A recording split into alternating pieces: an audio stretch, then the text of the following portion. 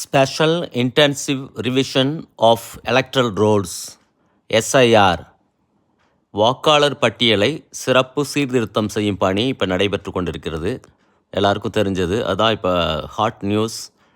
இது சம்பந்தமாக விஜய் நேரா ஐஏஎஸ் டெல்லியிலேருந்து வந்து தென் தமிழ்நாட்டு 10 மாவட்டங்களை அவர் பார்வையிட்டு இங்கே வாக்காளர் சீர்திருத்த பட்டியல் எப்படி வேலை நடந்து கொண்டிருக்கின்றது அப்படிங்கிறது சம்மந்தமாக இங்கே உள்ள பொலிட்டிக்கல் பார்ட்டிஸ் ரெப்ரசன்டேட்டிவ்ஸ் எல்லாரையும் மீட் பண்ணார். National parties, state regional parties அப்படின்னு சொல்லி அதில் ஆம் ஆத்மி பார்ட்டியோட மதுரை டிஸ்ட்ரிக்ட் கோஆர்டினேட்டர் அப்படிங்கிற முறையில் நான் போயிருந்தேன். அங்கே நடந்தது பேசுனது அப்படிங்கிறது தான் இங்கே நான் உங்களுக்கு ஷேர் பண்ணுறேன். அவர் அழகாக எக்ஸ்பிளைன் பண்ணார்.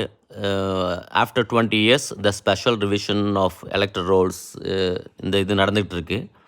அதனால தான் இது இன்டென்சிவ் ரிவிஷன் அப்படின்னு சொல்கிறோம் அப்படின்னு சொல்லிட்டு.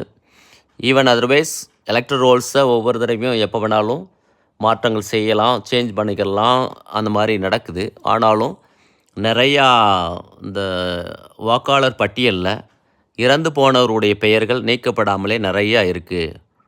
அப்புறம் நிறையா டபுள் என்ட்ரி இருக்குது. அதை எல்லாத்தையும் சரி பண்ணணும். அப்புறம் எலிஜிபிள் ஓட்டர்ஸ் யாரும் விடுபடாமல் இருக்கணும் அப்படிங்கிற அடிப்படையில் அதை எக்ஸ்பிளைன் பண்ணார். கான்ஸ்டியூஷன் அடிப்படையில் ஒரு ஆள் இந்தியன் சிட்டிசனாக இருக்கணும், 18 yearsக்கு மேலே இருக்கணும், ordinarily residing at this particular place அப்படின்னு இருக்கணும். இதுதான் க்ரைட்டீரியா. இதுதான் எலிஜிபிள் ஓட்டர்ஸ் அப்படிங்கிறதுக்கு. இதை சரி பண்ணி ஓட்டர்ஸ் லிஸ்ட் வரும் அப்படின்னு சொல்லியிருக்காங்க. ஆனாலும் மக்கள் மத்தியில் அந்த பயம் இருந்துக்கிட்டே இருக்குது.